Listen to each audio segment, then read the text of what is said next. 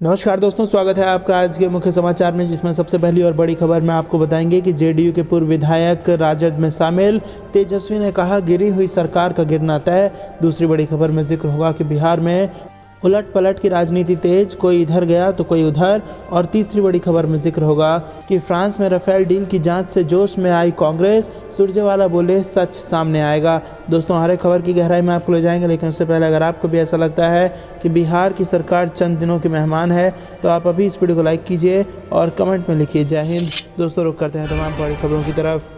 JDU के पूर्व विधायक राजद में शामिल तेजस्वी ने कहा गिरी हुई सरकार का गिरना तय। जी हां दोस्तों, आरजेडी नेता तेजस्वी यादव ने आरोप लगाया है कि बिहार में मौजूदा सरकार चोर दरबार सत्ता में आई है। उन्होंने कहा कि यह गिरी हुई सरकार है, गिरी हुई सरकार का अब गिरना तय है। इस सरकार से बिहार की जनता परेशान है और उम्मीद लगाए बैठी है यह सरकार जल्दी गिर जाए। वहीं बिहार में सत्तारूढ़ जनता दल के पूर्व विधायक महेश्वर सिंह शनिवार को अपने समर्थकों के साथ राजद में शामिल हो गए। सिंह को राजद की सदस्यता दिलाते हुए पूर्व उप मुख्यमंत्री तेजस्वी यादव ने कहा कि नीतीश कुमार की गिरी हुई सरकार का गिरना तय है। तेजस्वी ने पूर्व विधायक महेश्वर सिंह का राजद में स्वागत करते हुए उन्हें अनुभवी नेता बताया। उन्होंने कहा कि इनके आने से राजद और मजबूत होगा। तेजस्वी ने कहा कि नीतीश सरकार नौजवानों के साथ धोखा कर रही है। उन्होंने कहा कि आज रिश्वत के बिना कोई काम नहीं हो रहा है। अफसरशाही इतना बढ़ गई है कि मंत्री को भी इसके खिलाफ आवाज उठानी पड़ रही है। उन्होंने कहा बिहार में भ्रष्ट अधिकारियों के सहारे सरकार चल रही है। भ्रष्ट अधिकारी, मंत्री और विधायक पर हावी है। समाज कल्याण विभाग के मंत्री मदन साहनी ने जो कुछ भी कहा है वह बिल्कुल सही है।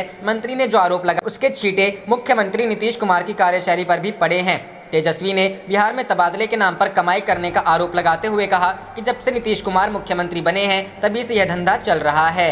रुख करते हैं अगली खबर की तरफ। बिहार में उलट पुलट की राजनीति तेज, कोई इधर गया कोई उधर गया। जी हां दोस्तों, एक तरफ बिहार के मुख्यमंत्री नीतीश कुमार फिर से जनता दरबार की शुरुआत करने वाले हैं। दूसरी तरफ नेता प्रतिपक्ष और लालू यादव के छोटे पुत्र तेजस्वी यादव बिहार में एनडीए की सरकार गिराने की तैयारी कर रहे हैं। बिहार की सत्ता हथियाने के लिए अपने पिता लालू प्रसाद यादव से मिल रहे टिप्स पर राजनीतिक चाल चल रहे हैं। तेजस्वी यादव कितने सफल होंगे या तो आने वाला वक्त ही बताएगा, लेकिन यह सच है कि पूर्ण बहुमत की सरकार रहने के बावजूद बिहार की राजनीति 6 महीने के अंदर ही गर्मा चुकी है। बिहार के पूर्वी चंपारण के हरसिद्धि विधानसभा क्षेत्र के पूर्व विधायक महेश्वर सिंह ने शनिवार को आरजेडी का दामन थाम लिया। बिहार की पूर्व मुख्यमंत्री राबड़ी देवी के आवास पर हुए मिलन समारोह के दौरान नेता प्रतिपक्ष तेजस्वी यादव ने उन्हें आरजेडी की सदस्यता दिलाई। आपको बता दें कि महेश्वर सिंह ने 2010 के विधानसभा चुनाव में समता पार्टी के टिकट पर चुनाव लड़ा था। इसके पहले 2005 में उन्होंने रामविलास पासवान की पार्टी लोक जनशक्ति पार्टी से हरसिद्धि विधानसभा क्षेत्र से ही जीत हासिल की थी। आपको यह भी बता दें कि महेश्वर सिंह नीतीश सरकार में कैबिनेट मंत्री भी रह चुके हैं। शनिवार को आरजेडी का दामन थामने वाले महेश्वर सिंह ने कहा कि नीतीश कुमार सरकार चलाने में फेल हो चुके हैं और बिहार के लिए तेजस्वी यादव से बेहतर विकल्प कोई नहीं है। दरअसल शनिवार को महेश्वर सिंह के साथ जेडीयू नेता मंजीत सिंह भी आरजेडी में शामिल होने वाले थे, लेकिन उनके आरजेडी में शामिल होने का ऐलान करने की बात सुन नीतीश कुमार के राजनीतिक सिपाहियों ने, जिसमें मंत्री लेसी सिंह, पूर्व मंत्री और जेडीयू के कई बड़े नेता शामिल थे, उन लोगों ने गोपालगंज पहुंचकर मंजीत सिंह को इस बात के लिए राजी कर लिया कि वह आरजेडी में शामिल नहीं होंगे। उन्हें मनाने के बाद जेडीयू नेता उन्हें अपने साथ पटना ले आए और मुख्यमंत्री नीतीश कुमार से मुलाकात भी करवाई। बताया जाता है कि मुख्यमंत्री से मिलने के बाद मंजीत सिंह के तेवर नरम पड़ गए हैं। रुख करते हैं अगली खबर की तरफ। फ्रांस में राफेल डील की जांच से जोश में आई कांग्रेस, सुरजेवाला बोले सच सामने आएगा। जी हां दोस्तों, राफेल फाइटर प्लेन डील को लेकर कांग्रेस ने एक बार फिर मोदी सरकार पर निशाना साधा है। कांग्रेस ने कहा कि फ्रांस में राफेल डील की जांच के आदेश दिए गए हैं। कांग्रेस प्रवक्ता रणदीप सिंह सुरजेवाला ने कहा कि राफेल डील में गड़बड़ी हुई है। कांग्रेस प्रवक्ता ने कहा कि इस मामले की जांच के बाद राफेल डील का सच सामने आ गया है। कांग्रेस ने एक बार फिर कहा कि राफेल डील में घूस दी गई है। कांग्रेस ने फ्रांस के पूर्व राष्ट्रपति फ्रांसवा ओलांद के उस बयान का हवाला दिया जिसमें कहा गया था कि अनिल अंबानी की कंपनी को डील में साझेदार बनाने के फैसले पर भारत सरकार का था। फ्रांस ने भारत के साथ वर्ष 2016 में हुए अरबों डॉलर के विवादित राफेल फाइटर जेट डील की जांच के आदेश दिए हैं। देश के नेशनल फाइनेंशियल प्रोसिक्यूटर्स ऑफिस ने शुक्रवार को इसकी जानकारी दी। इसके लिए एक जज की नियुक्ति के आदेश दिए गए हैं। करीब 9.3 अरब डॉलर के इस समझौते के तहत भारत को 36 फाइटर जेट दिया जाना है। फ्रांसीसी खोजी वेबसाइट मीडियापार्ट ने उस पर गंभीर आरोप लगाए थे। उसने कहा कि फ्रांसीसी जांच एजेंसी राफेल डील को लेकर जारी संदेहों को दबाना चाहती है। इससे पहले अप्रैल महीने में मीडियापार्ट ने दावा किया था कि राफेल डील में मदद करने वाले लोगों को छिपाकर करोड़ों रुपए दलाली दिया गया। रुख करते हैं अगली खबर की तरफ। किसानों के बाद अब भाजपा नेताओं पर भी दर्ज हो गई एफआईआर। जी हां दोस्तों, बुधवार को गाजीपुर बॉर्डर पर चल रहे किसान आंदोलन के धरना स्थल के पास भाजपा कार्यकर्ताओं और किसानों के बीच हुई हिंसक झड़प में अब गाजियाबाद पुलिस ने बीजेपी कार्यकर्ताओं के खिलाफ भी एफआईआर दर्ज कर लिया है। गुरुवार को गाजियाबाद पुलिस ने इस मामले में 200 प्रदर्शनकारी किसानों के खिलाफ प्राथमिकी दर्ज की थी। किसानों के द्वारा कौशाम्बी पुलिस थाने में भाजपा कार्यकर्ताओं के खिलाफ मामला दर्ज किया गया है।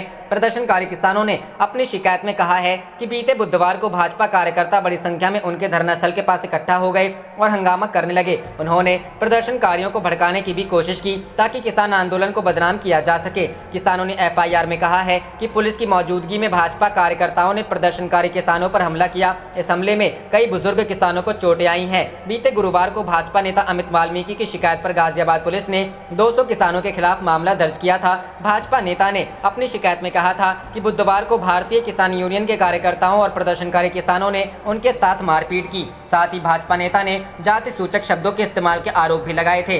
भाजपा नेता की शिकायत पर पुलिस ने प्रदर्शनकारी किसानों के खिलाफ धारा 147, 148, 223, 352, 427 और 506 के तहत मामला दर्ज किया है। बता दें कि बीते बुधवार को बीजेपी के कार्यकर्ता नवनियुक्त प्रदेश मंत्री अमित वाल्मीकि का स्वागत करने दिल्ली मेरठ एक्सप्रेसवे पर खड़े थे। इस दौरान पुलिस की मौजूदगी में दोनों पक्षों के बीच जमकर लाठी डंडे चले। दोनों पक्षों की तरफ से हुए हमले में कई गाड़ियां भी क्षतिग्रस्त हो गई थी। भाजपा कार्यकर्ताओं ने किसानों पर आरोप लगाते हुए कहा था कि इन्होंने उनकी गाड़ियों में तोड़फोड़ की और मारपीट की। वहीं किसान नेताओं ने दावा किया कि इन्होंने जिला प्रशासन और सरकारी अधिकारियों को सूचित किया था कि वे भाजपा कार्यकर्ताओं को हटाए क्योंकि वे स्वागत रैली के नाम पर हंगामा कर रहे हैं। किसान नेताओं ने यह भी आरोप लगाया कि भाजपा कार्यकर्ता हंगामा करते हुए उनके स्टेज पर चढ़ गए और अभद्र भाषा का इस्तेमाल करने लगे। मनाकर भाजपा कार्यकर्ताओं ने किसानों के ऊपर हमला कर दिया, जिसमें कई प्रदर्शनकारी घायल हो गए। इस हमले के बाद किसान नेताओं ने कहा था कि आंदोलन को बदनाम करने का भाजपा का हथकंडा काम नहीं करेगा, क्योंकि पिछले 7 महीने से किसान शांतिपूर्ण तरीके से अपनी जायज मांगों को लेकर धरना दे रहे। रुख करते हैं अगली खबर की तरफ। यूपी चुनाव 2022,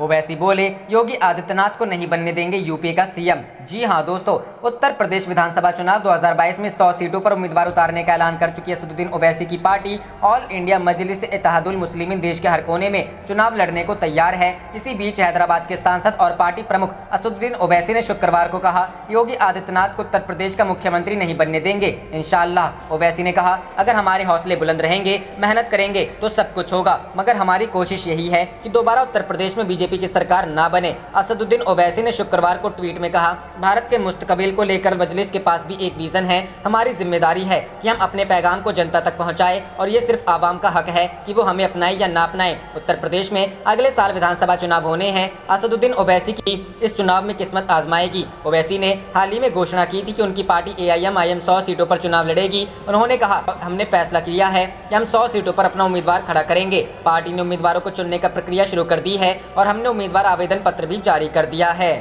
रुख करते हैं अगली खबर की तरफ। अयोध्या जमीन खरीद विवाद को संजय सिंह ने बताया सबसे बड़ा मुद्दा, जनता के बीच ले जाऊंगा।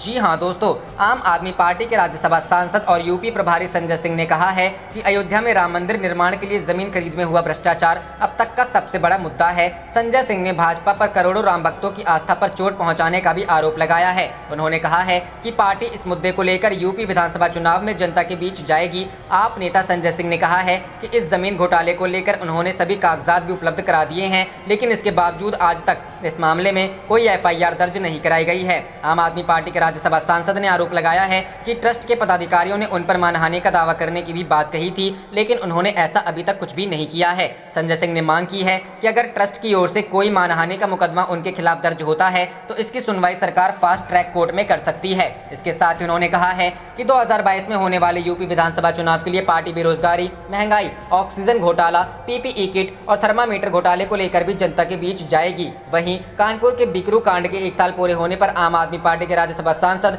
और यूपी प्रभारी संजय सिंह ने योगी सरकार पर निशाना साधा है। उन्होंने कहा है कि योगी सरकार बिकरू कांड में 4 महिलाओं और बच्चों को बेवजह फंसाकर उनका उत्पीड़न कर रही है। उन्होंने कहा है कि खुशी दुबे, शांति दुबे, क्षमा दुबे व विकास दुबे की नौकरानी रेखा अग्निहोत्री और उसके बच्चों को जेल में ठूस दिया गया है, जबकि उनका कोई अपराध नहीं है। संजय सिंह ने कहा है कि योगी सरकार तानाशाही और हिटलरशाही पर उतर आई है और अपराधियों और माफियाओं पर कार्रवाई के नाम पर मासूमों के साथ जुल्म कर रही है। उन्होंने सरकार के इस रवैये को गलत बताते हुए दिल दिखाते हुए महिलाओं और बच्चों पर दर्ज मुकदमे तत्काल वापस लिए जाने और उन्हें रिहा करने की भी मांग की है।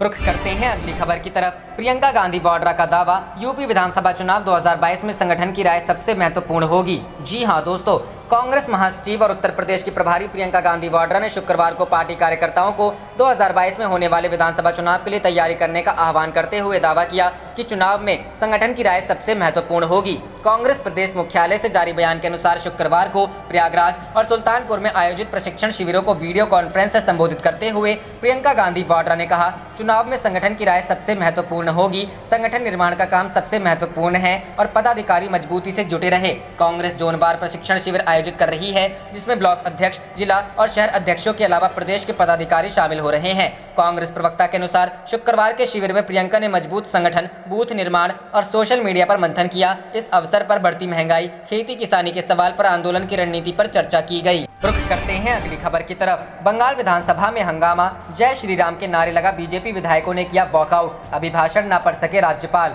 जी हां दोस्तों, पश्चिम बंगाल विधानसभा में शुक्रवार को जमकर हंगामा हुआ। यह बवाल राज्यपाल जगदीप धनखड़ के अभिभाषण के दौरान कटा था। विपक्षी दल भारतीय जनता पार्टी के विधायकों ने यह हंगामा किया था। हंगामा इतना जबरदस्त था कि राज्यपाल अपना अभिभाषण भी पूरा ना पढ़ पाए और पहले दिन का सत्र समाप्त कर दिया गया। दरअसल सूबे में कुछ रोज पहले चुनाव हुए थे, जिसके बाद शुक्रवार तो विस का पहले सत्र की शुरुआत हुई। जानकारी के अनुसार गवर्नर के अभिभाषण के साथ इसका आगाज होना था, पर जैसे ही शुरुआत हुई बीजेपी के कई विधायक हंगामा काटने लगे। ऐसे में धनखड़ ने स्पष्ट कर दिया है कि वह सरकार की लिखी हुई सभी चीजें सदन में नहीं बोलेंगे। समाचार एजेंसी ANI के मुताबिक बीजेपी के विधायकों ने सदन से वॉकआउट कर दिया था। सूबे में चुनाव के बाद हुई हिंसा को लेकर उन्होंने राज्यपाल के संबोधन के दौरान हंगामा किया था। साथ ही इस दौरान जय श्री राम के नारे भी लगाए थे। समाचार एजेंसी PTI के मुताबिक राज्यपाल को विरोध के चलते अपने संबोधन को छोटा करना पड़ा था। गठित विधानसभा में अपना पहला अभिभाषण देने दोपहर को पहुंचे, पर वह केवल 3-4 मिनट ही बोल सके। ऐसा इसलिए क्योंकि प्रदर्शन करने के लिए पोस्टर और चुनाव बाद हुई हिंसा के कथित पीड़ितों की तस्वीरें लिए भाजपा सदस्य विधानसभा अध्यक्ष के आसन के करीब पहुंच गए। विधानसभा सूत्रों के हवाले से समाचार एजेंसी भाषा ने बताया कि राज्यपाल ने अपना अभिभाषण पूरी तरह से नहीं पढ़ पाने के बाद उसे सदन में मेज पर रख दिया और वहां से निकल गए। भाजपा की ओर से आरोप लगाया गया कि ममता सरकार के कारण राज्यपाल के भाषण में चुनाव की पनपी सिंह का जिक्र नहीं किया गया। वह इसके बाद CM और मुख्य सचिव से बात करके सदन के बाहर आ गए, जबकि दीदी उन्हें खुद बाहर तक छोड़ने आई थी। करते हैं अगली खबर की तरफ। उत्तर प्रदेश विधानसभा चुनाव 2022 में सपा इस पार्टी के साथ करेगी गठबंधन, अखिलेश ने किया खुलासा। कहा, पार्टी 350 सीट जीतेगी। जी हां दोस्तों, उत्तर प्रदेश विधानसभा चुनाव 2022 की तैयारी में सभी पार्टियां जुट गई हैं और अभी से जो समीकरण नजर आ रहा है उसके अनुसार इस बार समाजवादी पार्टी और बसपा साथ मिलकर चुनाव लड़ने के मूड में बिल्कुल भी नहीं है। बसपा सुप्रीमो मायावती ने पहले ही ऐलान कर दिया है कि वे अकेले चुनाव लड़ेंगी। ऐसे में सपा की रणनीति गठबंधन को लेकर क्या होगी, इस पर सपा अध्यक्ष और प्रदेश के पूर्व मुख्यमंत्री अखिलेश यादव ने कहा कि उनकी पार्टी छोटे दलों के साथ गठबंधन करेगी। अखिलेश यादव ने आज अपने जन्मदिन के अवसर पर मीडिया से बात करते हुए कहा कि उत्तर प्रदेश के लोग बदलाव चाहते हैं और वे बदलाव के लिए वोट करेंगे। अखिलेश ने कहा कि भाजपा की सरकार को गरीबों और बेरोजगारों की चिंता नहीं है, वह मुद्दों पर बहस नहीं करना चाहती है। पार्टी ने अपने घोषणा पत्र को कूड़ेदान में डाल दिया है और जनता के साथ छल किया है। उन्होंने आरोप लगाया कि योगी आदित्यनाथ की सरकार ने अधिकारियों को मनमानी करने की छूट दे रखी है। उन्होंने यह भी कहा कि 2022 में यूपी में चुनाव नहीं होगा बल्कि लोकतांत्रिक क्रांति होगी। उन्होंने यह भी विश्वास जताया कि उनकी पार्टी विधानसभा की कुल 403 सीटों में से 350 सीटें जीतेगी, क्योंकि आम जनता भाजपा सरकार के खिलाफ है। कोविड-19 टीकाकरण पर तीखा हमला कर चुके अखिलेश यादव ने आज कहा कि सबको टीका लगवाना चाहिए। उन्होंने अपने टीकाकरण पर कहा कि जब उत्तर प्रदेश में सबका टीकाकरण हो जाएगा तो वे भी लगवा लेंगे। गौरतलब है कि पिछले दिनों एक तस्वीर सामने आई थी जिसमें मुलायम सिंह यादव टीका लगवाते नजर आ रहे थे। उसके बाद से अखिलेश यादव ने टीकाकरण पर सकारात्मक बयान दिया। रुख करते हैं अगली खबर की तरफ। गाजीपुर बवाल पर अब किसानों ने बीजेपी पर दर्ज कराया केस। कल बॉर्डर पर हो गई थी भिड़ंत। जी हां दोस्तों, गाजीपुर बॉर्डर पर बुधवार को किसानों और बीजेपी कार्यकर्ताओं के बीच झड़प के मामले में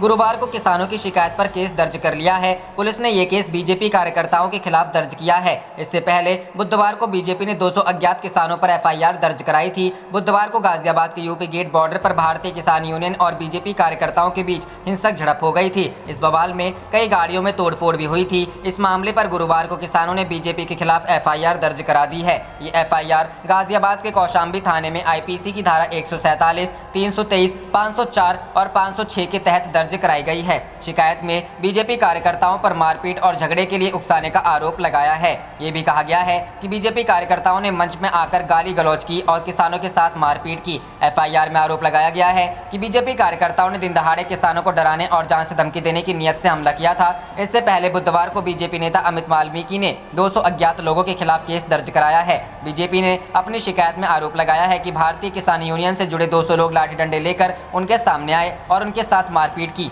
इस बीच बीजेपी के खिलाफ कार्रवाई की मांग को लेकर संयुक्त किसान मोर्चा ने धरना दिया। संयुक्त किसान मोर्चा ने बीजेपी और पुलिस के बीच मिलीभगत होने का आरोप भी लगाया। मोर्चा का कहना था कि यूपी पुलिस ने बीजेपी की शिकायत दर्ज कर ली है, लेकिन किसानों की शिकायत दर्ज नहीं कर रही है। इसको लेकर यूपी के कई पुलिस थानों के बाहर मोर्चे ने धरना दिया। हालांकि बाद में गाजियाबाद के कौशाम्बी थाने में किसानों की एफआईआर भी दर्ज कर ली गई है। रुख करते हैं अगली खबर की तरफ। मेडिकल सेक्टर को प्राथमिकता नहीं दे रही सरकारें, यह है चिंता का विषय। सीजेआई रमन्ना। जी हां दोस्तों, भारत के प्रधान न्यायाधीश एनवी रमन्ना ने कहा है कि सरकारें मेडिकल सेक्टर को प्राथमिकता नहीं दे रही है। उन्होंने कहा कि देश में मेडिकल प्रोफेशनल और इंफ्रास्ट्रक्चर की भारी किल्लत है, लिहाजा इस पर तुरंत ध्यान देने की जरूरत है। साथ ही उन्होंने कहा कि किसी और की नाकामी के चलते डॉक्टरों पर ड्यूटी के दौरान हमले किए जा रहे हैं। सीजेआई ने ये बातें डॉक्टर्स डे पर डॉक्टर को संबोधित करते हुए कही। इस मौके पर उन्होंने डायबिटीज के खिलाफ एक कैंपेन को भी लॉन्च किया। सीजेआई ने कहा कि तंबाकू और पल्स पोलियो अभियान जैसे जागरूकता आंदोलन शुरू करने की आवश्यकता है और राज्यों को बड़े पैमाने पर कदम उठाना होगा। प्रधान न्यायाधीश एनवी रमन्ना ने कहा, ये बेहद दुखद है कि ड्यूटी के दौरान हमारे डॉक्टरों पर बेरहमी से हमला किया जा रहा है। ऐसा क्यों है कि मेडिकल प्रोफेशन और की नाकामी के लिए सजा पा रहे हैं? चिकित्सा पेशेवरों, बुनियादी ढांचे, दवाओं और पुरानी प्रौद्योगिकियों, इन चीज़ों पर सरकार ध्यान नहीं दे रही है। उन्होंने आगे कहा कि चिकित्सा क्षेत्रों को प्राथमिकता न देना तत्काल चिंता का विषय है। उन्होंने कहा कि लोग ईमानदारी से 1 जुलाई को डॉक्टरों का अभिवादन तभी कर सकते हैं जब संबंधित चिकित्सा निकाय और सरकारी एजेंसियां इन चिंताओं को दूर करने के लिए एकजुट हों। न्यायमूर्ति एनवी रमन्ना ने कहा कि ड्यूटी के दौरान डॉक्टरों पर हमला किया जाता है। उन्होंने कोरोना के दौरान डॉक्टरों से काम की जमकर तारीफ की। उन्होंने कहा, इंडियन मेडिकल एसोसिएशन के आंकड़े बताते हैं कि 798 से अधिक डॉक्टरों ने कोरोना की दूसरी लहर में अपनी जान गंवाई। मेरी प्रार्थना है और सहानुभूति उन चिकित्सा पेशेवरों और स्वास्थ्य कर्मियों के परिवारों के लिए है जिन्होंने कोरोना महामारी में अपनी जान गंवाई है। दुनिया अभी भी महामारी के विनाशकारी प्रभाव से जूझ रही है।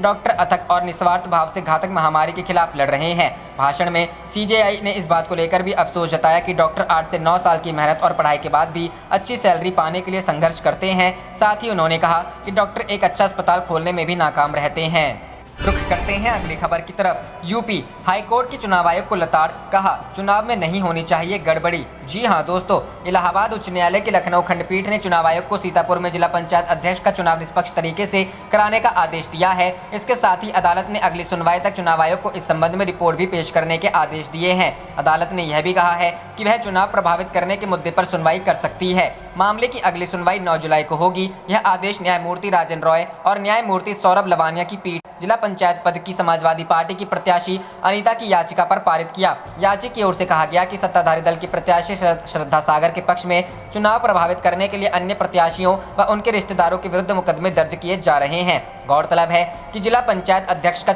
3 जुलाई को है। वहीं आम आदमी पार्टी के राज्यसभा सदस्य संजय सिंह ने बृहस्पतिवार को प्रदेश की योगी आदित्यनाथ सरकार पर निशाना साधते हुए कहा कि प्रदेश में जिला पंचायत अध्यक्ष का चुनाव योगी सरकार द्वारा अपहृत कर लिया गया है। यहां संवाददाताओं को संबोधित करते हुए उन्होंने कहा, हमारी पार्टी के जिला पंचायत सदस्य कहां जाएंगे, किस पार्टी को मत देंगे, इसकी मैं कोई गारंटी नहीं ले सकता। बुलंदशहर में हमारी पार्टी के 3 सदस्यों पर पुलिस ने एफआईआर दर्ज किया और दबाव बनाया। उन्होंने कहा कि इतिहास में पहली बार 25 जिलों में निर्विरोध जिला पंचायत अध्यक्ष चुने गए। आज तक उत्तर प्रदेश में ऐसा नहीं हुआ।